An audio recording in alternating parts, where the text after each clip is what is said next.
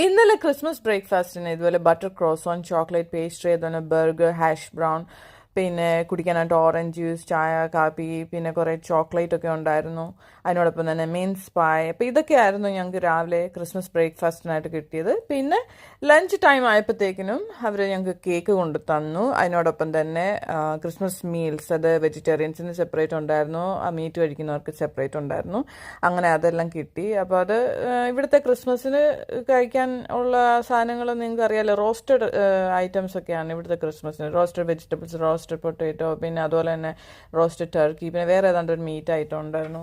പിന്നെ Christmas pudding, sauce, അങ്ങനത്തെ സംഭവങ്ങളൊക്കെ, കുടിക്കാൻ വേറെ ഡ്രിങ്ക്സ്. അപ്പോൾ ഇത്രയൊക്കെ സാധനങ്ങളാണ് നമുക്ക് ജോലി സ്ഥലത്ത്, അതായത് ഇത് നോൺ വെജിറ്റേറിയൻ, ഇത് വെജിറ്റേറിയൻസിന്.